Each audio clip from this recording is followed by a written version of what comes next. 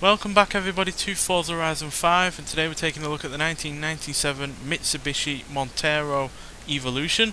So this is more well known as the Pajero or Shogun, Shogun mainly in the UK, but it was sold as a Montero in the USA, Spain and most of Latin America, as Pajero is a derogatory meaning in Spanish. So basically, if you've seen any British crime gangster film from the 90s or 2000s, it's basically a word that begins with W and ends in R. So yeah, you probably heard Jason Statham say that quite a lot. So yeah, this is a second generation of this vehicle that was produced between 1991 and 1999 in Japan.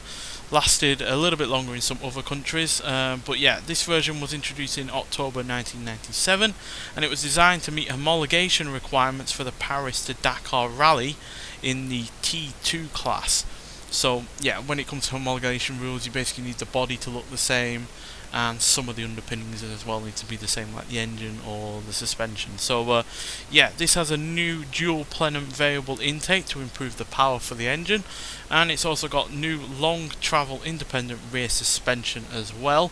And to help with the power, it's got a 5-speed manual gearbox as well, and all-wheel drive to keep it all in check. So yeah, it's an impressive looking car, to be honest. I've never been a massive fan of the way of the standard Shogun or Pajero has looked, but yeah, this looks really rather nice. I like the decals that it's got going on, especially with the Evolution going along it.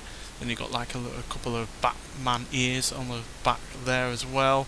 You've got your spare tyre on the boot side, on the back of the boot, and yeah, like the look of the wheels, and yeah, it's just all around looks pretty nice, to be honest. And yeah, you've also got this little extra wing mirror on the bonnet there, and that's for the driver to see anything lower down that if he's going off-road. So you know, any rocks or any crevasses or anything like that you don't want to be going in, that mirror helps look into that.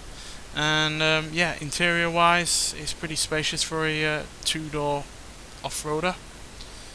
Obviously a 4-door off-roader version of this would be even roomier, but yeah, still overall a very decent looking interior. We've also got a low range gearbox down there as well to go along with the 5-speed manual. And yeah, you've even got, you know, your battery and such, and a compass by the looks of it as well, maybe. But yeah, regardless, it's not supposed to be a luxurious off-roader. It's supposed to be one that can get you where you want to go as reliably and as quickly as possible. And yeah, even got a decent sized boot though. Obviously that would be made bigger if you can put the rear seats down. But yeah, it's not just about, you know, practicality, is about what it can do off-road in terms of its off-road capabilities. We've also got a skid plate underneath there to help against any rocks. But yeah, this car's most impressive in terms of its engine, because this is really rather quite powerful for a late 90s off-roader. 276 horsepower and 257 pounds-feet of torque from a 3.5 litre V6 engine, naturally aspirated, but it is a double overhead cam 24 valve version as well. So yeah, pretty sophisticated engine. It uses Mitsubishi's MI VEC system, so it's basically variable valve timing and cams, I think it is, something like that. But still, it means that it's a very intelligent engine. It can change on the fly to meet the demand of what the car is currently going through. And yeah, that improves fuel efficiency, but it also means that you get the power when you need it most. So yeah, that is all very good. And yeah, just looks like a very capable off-roader, as you'd expect for a homologation version of a rally car. So yeah, but nonetheless, let's get out onto the open road and see what this car can do. Right, so here we are at the drag strip, so let's see what this car can do before we hit the speed camera. Then we'll go around a little bit of an off-road course that I've used with other off-road vehicles, and then we'll also go on the track. So yeah, this is actually the most powerful and quickest car from the car pack that this is part of, which is a surprise given obviously this weighs the most at 4,387 pounds. But the fact it's got a manual gearbox and the most power and the most torque really does help it get off the line in a reasonably quick manner. And yeah, it's not half bad in terms of getting up to decent rate of speed as well. Nearly 101 miles an hour there, which is not half bad. Granted, even though its acceleration is quicker than the other 3 cars in the car pack, its top speed is not the best, but that's just purely because of the aerodynamics, the size of the car at the end of the day. But still, as you can see, off-road wise, yeah, it's a very, very capable car. That independent suspension is really helping absorb the bumps. It made the cars ride a lot smoother than it would in the previous generation or in the other models of this version.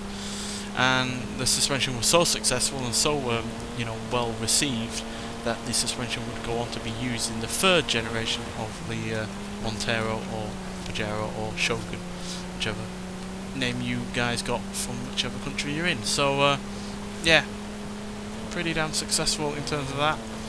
And yeah, that means that you can truck it about off-road as you wish and have no real issues whatsoever. Real tricky aspect with these kind of off-road vehicles is making them work on-road as well, because at the end of the day, as many people do when it comes to buying off-road vehicles, most of the time they are going off-road.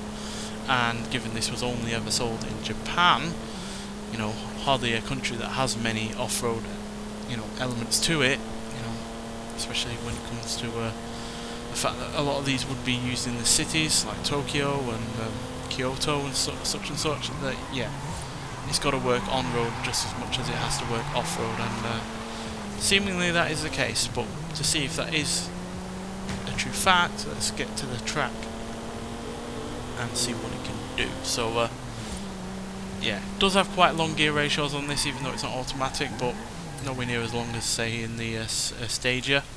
So yeah, once again we're in D class, just like we were with the Auto Zam, but we are slightly higher. And yeah, those are the stats. So they're all fairly decent, to be honest. Again, though, the braking is a letdown. It seems to be the case with these 90s vehicles, but yeah, the launch, acceleration and the speed are pretty good. Handling is fairly decent for a car of this type. You have to, at the end of the day, realise it's got a high centre of gravity and high suspension, so it's going to not have the best of handling. But you get the compensation for that with the off-road capability, which, as you can see, is excellent. And yeah, easily one of the best off-road stats for a standard off-road vehicle on this game, quite frankly. So yeah, this pretty much has every base covered, to be honest. The fact it has some rally pedigree going behind it as well is no bad thing at all. Then you combine that with, you know, the acceleration, the usability and such. But nonetheless, let's hear what it sounds like and then we'll talk about it some more.